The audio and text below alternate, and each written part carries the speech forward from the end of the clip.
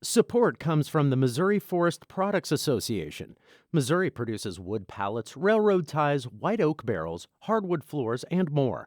Details on the variety of products made in the state are at choosewood.com. Welcome to St. Louis on the Air. I'm Don Marsh.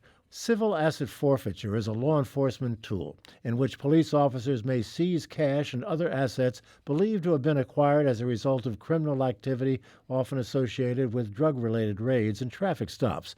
When cash is seized, the arresting law enforcement agency often keeps it, even if those it was taken from are not charged. Some call that unconstitutional and policing for profit.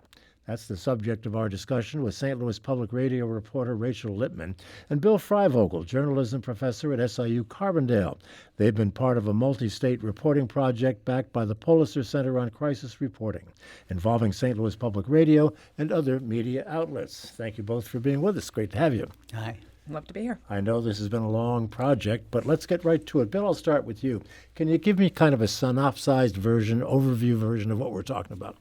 So the civil asset forfeiture, as you said, Don, is a tool that police use both to fight drugs on the nation's highways and also because they're able to hold on to some of the assets that they seize to fund their departmental needs. I spent some time down in Phelps County near Rolla, and the sheriff's department has been able to use the money they've held on to from civil asset forfeiture to buy lots of new police cars, ammunition, a shoot, don't shoot, training station, a new courtroom, and a new jail, renovated jail. So it's very important to their financial well-being. And I think most people would agree that law enforcement can use this sort of support, but is it constitutional? Well, I don't. That's the question, and there is. It's interesting that there's a case before the U.S. Supreme Court right now that's had its oral arguments, and we're sort of awaiting a decision by the Supreme Court. That one's from Indiana, where there was a person whose father died. He used his insurance proceeds the son used the insurance proceeds to buy a Range Rover for $41,000. He used the Range Rover to sell drugs on a couple of different occasions, got arrested by the police. The maximum fine for selling the drugs was $10,000. The police also took the Range Rover, which, as I said, was $40,000. So the question for the Supreme Court is, would that be an excessive fine? And there's a part of the Eighth Amendment of the Bill of Rights that says excessive fines are unconstitutional. It's never been applied against the states. The states have never been forced to abide by it. Supreme Court will probably say, "Hey, states, you've got to abide by it." We'll see whether they say taking a $40,000 Range Rover for a $10,000 fine is too much.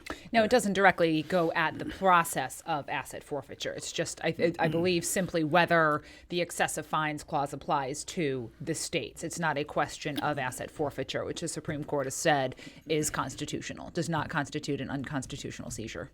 Yeah, we should point out the court has ruled, as Rachel just indicated on this in the past. Right. There was an interesting case back in 1996 involving the Bennisses from Michigan and Tina and John Bennis. And John Bennis used the family car to consort with prostitutes. The police seized the car. Tina Bennis, his wife, who didn't know anything about her husband's shenanigans, said, "Hey, I shouldn't have to give up my half interest in the car." The Supreme Court said, "Yes, yeah, you may have been innocent, but the car wasn't innocent." That's sort of the legal fiction that's behind this. Is that the property is actually the criminal, and so even if the owner, like Tina Bennis, is innocent, the car still can be. So I suppose if forfeited. corporations can be people, cars can be criminal.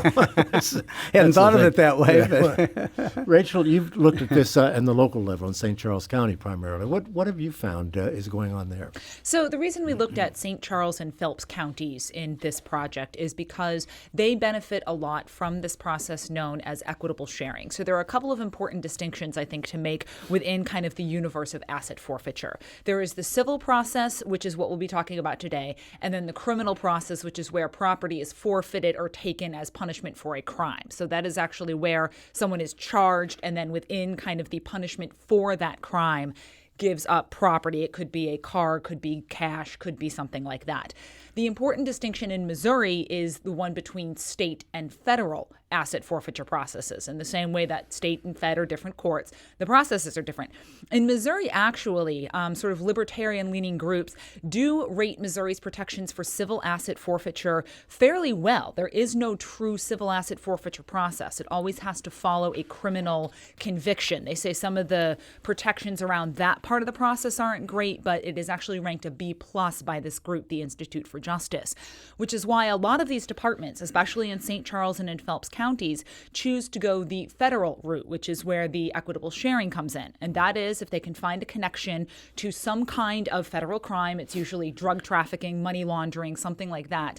The police departments get to keep a share of that money, up to 80%. It may not be all 80%, but it's up to 80%.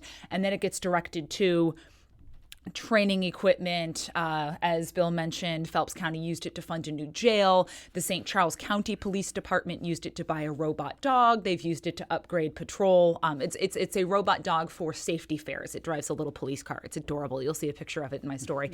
They've used it to upgrade patrol car computers, buy training equipment for the ranges. So it's this federal side of equitable sharing where a lot of the concern comes in because the barriers are so low and the protections aren't there as they are in the state. In one of your stories, I've seen the figure that over the past 20 years, the feds have collected some $36 billion in seizures. I think that was in Bill's story, but that was yeah. sort of the lead of my story. Yeah, right. So it is a lot of money that's involved. The federal government in this equitable sharing program that Rachel was talking about keeps 20% or more, and then sends the rest of it back to the states. I'll give you an example. So I looked at 24 stops in Phelps County in 2016 and 2017 along I-44. There were 24 stops at an exit of that highway. In none of those cases was there a state criminal charge filed. The cases were instead, and none of the cases were there drugs seized. Cash was seized in each one of the cases, ranging from a few $1,000s to more than $100,000. A total in those 24 stops of a couple $1 million. And so what Phelps County did in those cases is go this federal detour around the state law, this federal equitable sharing program where they first have to go to a state court and they get the state court. The state court will find that there's a preponderance of the evidence, 50.1%. Or more of the evidence that there's some connection between the money and a crime. Then it'll be sent along to the federal government. They will approve it and send the majority of the money back to the state, and then they're able to use it the way they want. I mean, the critics say what the critics say is that giving the police departments and sheriff's departments this incentive to try to seize cash and property and use it for their own needs, gives them a questionable, sort of a self-serving incentive. That really there should be reforms that cut the tie between the seizure and the police department benefit. I've heard stories, Rachel, perhaps you have too, that some police officers are pretty good at this sort of thing. They are able to, particularly the corridors, Highway 44 and Highway 70, which are busy routes for drug traffickers, that there's actually a profiling system that they can use with regard to rental cars are kind of a tip that there may be something going on. Have you It's heard rental that? cars. Absolutely, yeah. It's rental cars. Maybe they've gotten a tip from departments kind of either east or west or north or south along these routes that, hey, we've got someone moving from a known drug house, maybe coming your way. As one person that I spoke to, he is now a state representative, but was an O'Fallon police officer prior to that and served on a number of these federal state drug task forces. He said, we pull these guys over for, simple traffic stop things, lights out, following too closely, car tint too dark. And if they started to kind of trip all over themselves and like the basic questions, where are you going? Where are you going for? Where have you been? Where are you staying? That kind of stuff. It was usually a tip to kind of be like, can we let the drug dog sniff on the car? And yeah, so. Mm-hmm. So there's a Phelps County Sheriff's deputy who's sort of legendary along that stretch of 44, Carmelo Crivello, Sergeant Carmelo Crivello. He's a hero in his own department. He is a hero in his own department. I was walking through the sheriff's office, and one of the officers sort of pulled me aside and said, if we didn't have Carmelo, we'd be buying our own holsters. He is a godsend, and he's an interesting guy. He's Sicilian background. Some people call him the Puerto Rican because he also speaks Spanish. He's been doing this for 20 years. He has some of his prosecuting attorney, the prosecuting attorney down there, said he's even seen Carmelo sometimes put a person he stopped up at a hotel and give him bus fare to get back to where he's going. So he's an interesting and colorful character. But as Rachel says, or as you said too, Don, they look for something suspicious like rental car. They particularly look at cars going west because they're more interested in getting the cash than they are in getting the drugs. And then if they see something suspicious, then they look for the traffic violation. Changing lanes without a blinker, hit that fog rumble strip on the right. That's enough. Take them off. Then start looking for suspicious stuff. Discrepancies in their stories. They're sweating. The carotid artery is beating fast. They have a whole forest of those Christmas tree air fresheners hanging on their rearview mirror, and then they'll say, "Hey, do you mind if I look in the car?" And or do you let the drug dog sniff? Right. Most people apparently say okay to give the consent without even requiring the drug dog because. They figure if they said no, they would look guilty. It seems like the whole probable cause issue is a lot weaker in cases like this than it might be in other kinds of cases. Yeah, so you got probable cause to take them off the highway for the traffic violation, but then to all you really need to have to get into the whole federal equitable sharing is 50.1% of the evidence that the cash you found has some connection to the drug crime. There was actually something really interesting as I was doing the research for the St. Charles story. These forms that they use to basically send this case federal are boilerplate. And you can pull them off of Missouri's court system fairly easily, at least in St. Charles County. They're pretty good about uploading stuff. And they actually had to, for one of the 2017 stops, they actually had to resubmit the motion because they had put the wrong name in the motion for the one case. It was, I'm not going to remember exactly what the person was, but it was like a name clearly of like a case that they had handled yesterday, and they just copy and pasted the wrong thing. So it's very formulaic. It's very, I believe that because of my training, they had this, and this. They're traveling westbound. I actually, like Bill mentioned, I counted of the 36 asset forfeiture cases or seizures of property in 2017, 25 of them were on I-70 in St. Charles County westbound. So like you said, heading back towards, distribution points, California, Colorado, wherever, for these drugs with the cash. And some of the amounts, we're looking at $140,000. I think the biggest amount they seized was $225,000.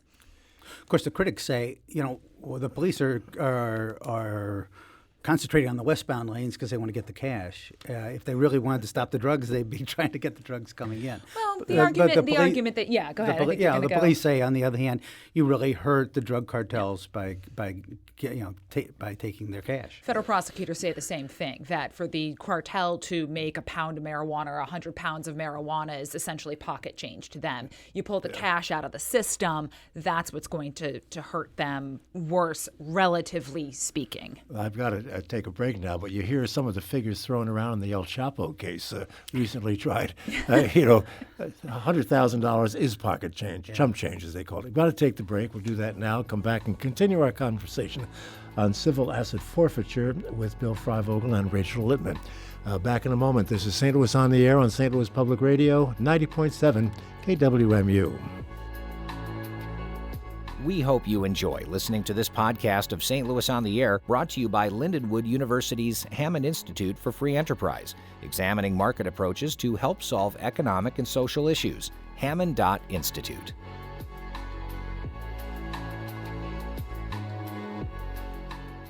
Now back to our conversation with Rachel Lippmann and Bill Freivogel on civil asset forfeiture. Bill, one of the things that strikes me, and as a lawyer, I'm sure it has struck you too, is the fact that even if people are not charged, the money that was seized in the stop is kept more often than not, I gather. More often than not, yes. A notice is sent along to the person from whom the money was seized. They have a chance to try to file and get it back. They don't very often succeed. It's a difficult process. It's got deadlines. It's got lots of procedural hurdles. There aren't very many lawyers who are involved who know very much about this whole area, and so it's hard to get a lawyer to represent you. And if you don't have a lawyer and you make a few mistakes on the petition that you file, it's going to get thrown out. Well, the one thing that we were also talking about over the break is that quite a number of the people who are stopped, at least in my look at Phelps County, are people with Hispanic names. And so I think about 16 of the 24 that I looked at had Hispanic names. Now the Phelps County folks are very strongly say we do not racially profile in any way, but that's what the statistics show. Rachel, most of these people who are stopped this way, I'm sure, are mules. They're just transporting the drugs rather than being dealers. They've got some splaining to do, I think, to the boys back south of the border. You would think so, yeah. What kind of happens after this cash gets seized, we don't know, but I can't imagine picking up the phone and calling your boss, who's calling that boss, who's calling that boss. But, again, in the grand scheme of things, the same way that drugs can be kind of disposable, I'd imagine some of these individuals are as well. I don't know that they're going to be killed, but they probably aren't getting this business anymore, if you will. It takes a lot of time for this whole process that Bill just outlined to unravel itself, months and even years before the money is in the hands of the police. Yes. When I spoke to Chris Hunt, who kind of oversees St. Charles County's asset forfeiture program and the directed patrols that bring in this money, he was telling me that what they brought in 2017 was from cases back in 2013, 2014. So they do, Jeff Jensen at the prosecutor's office, the U.S. attorney here in St. Louis was telling me they make all of the efforts they can to contact and find these people. Obviously, if there are legal challenges to the cash from attorneys and the people who they seized it from, that can delay the process. Sometimes they will halt a civil case if they believe there might be some criminal charges filed.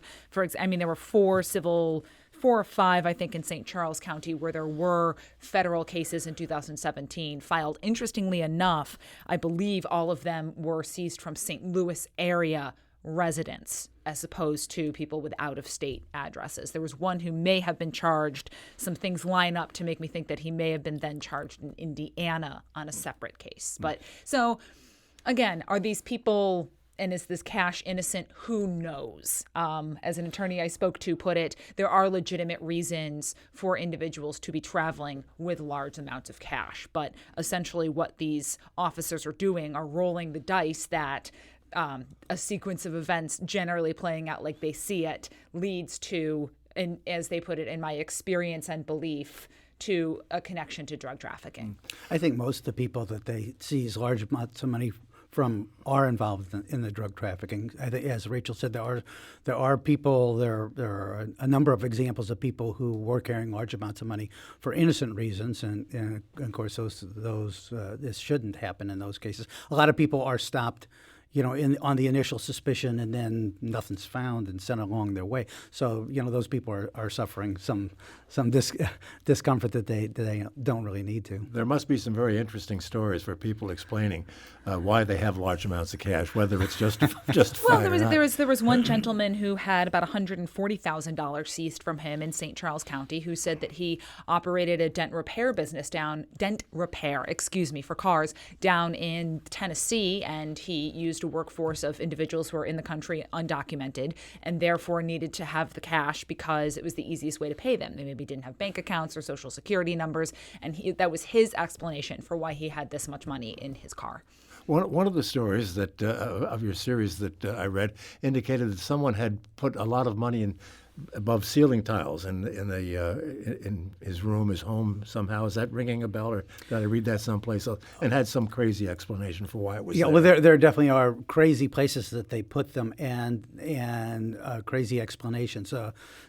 Carmelo Crivello down in Phelps County showed us some of the examples, like cash in batteries, fake gas tanks that are filled with cash, separate compartments that are built into the car that can only be opened through a series of actions by the driver. One thing that's interesting about the whole situation, I think, though, is that there's both conservative libertarians and sort of traditional ACLU libertarians, combined together on this to say that civil asset forfeiture is being abused, and that there need to be reforms. The Koch brothers on the one side, and as I say, the ACLU on the other. In Congress, it's Rand Paul who pushes for the reform, and Charles Grassley has been very involved in it. So it's something that can be a bipartisan effort. What about here, Rachel?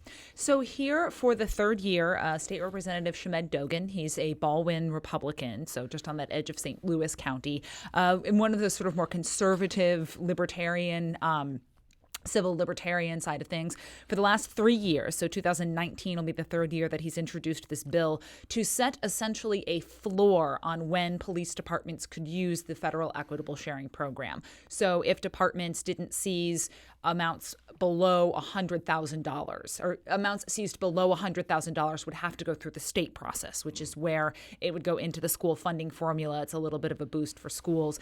In 2018, he negotiated that down to a $50,000 floor for seizures under $50,000. But if that $100,000 floor becomes law, I think it was the vast majority of the seizures done in St. Charles County would not have been eligible for the equitable sharing program because there's a decision point that prosecutors make whether to go state or federal, and it would essentially say that in X you go up this side of the decision-making tree. Does that have any traction? Do we know yet?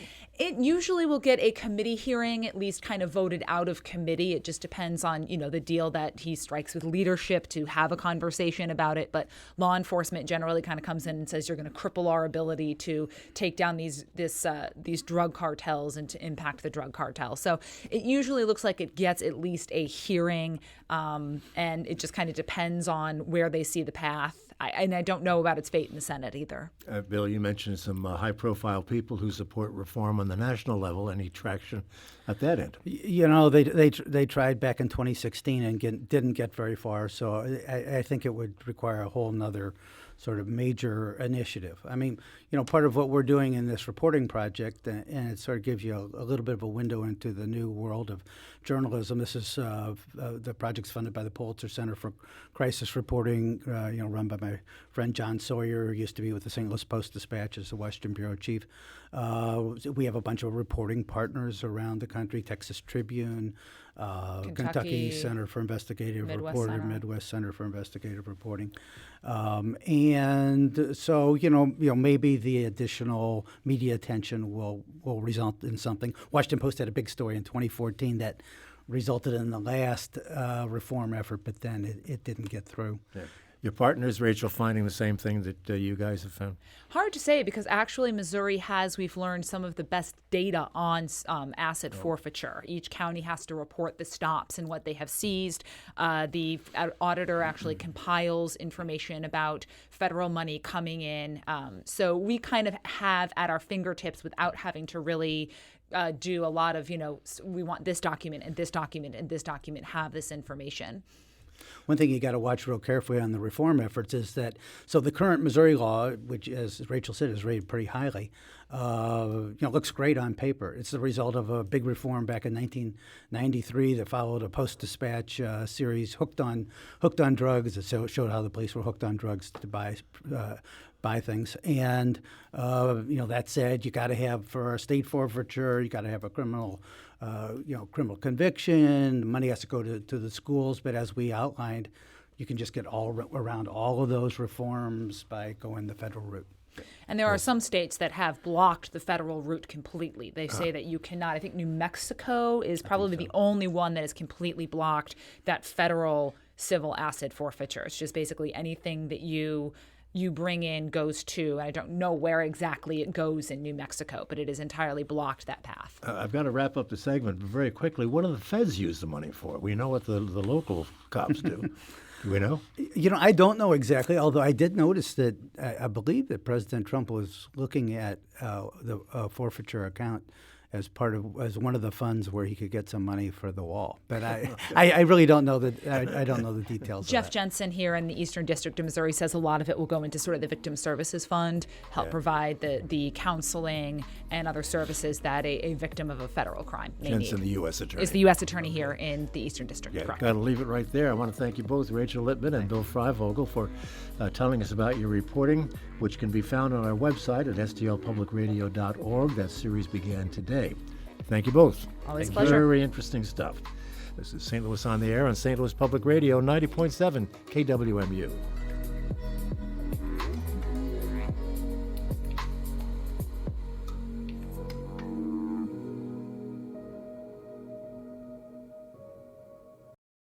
Support comes from the Missouri Forest Products Association, committed to conservation and careful management of the state's forests to make them more resilient and better habitats for wildlife. ChooseWood.com.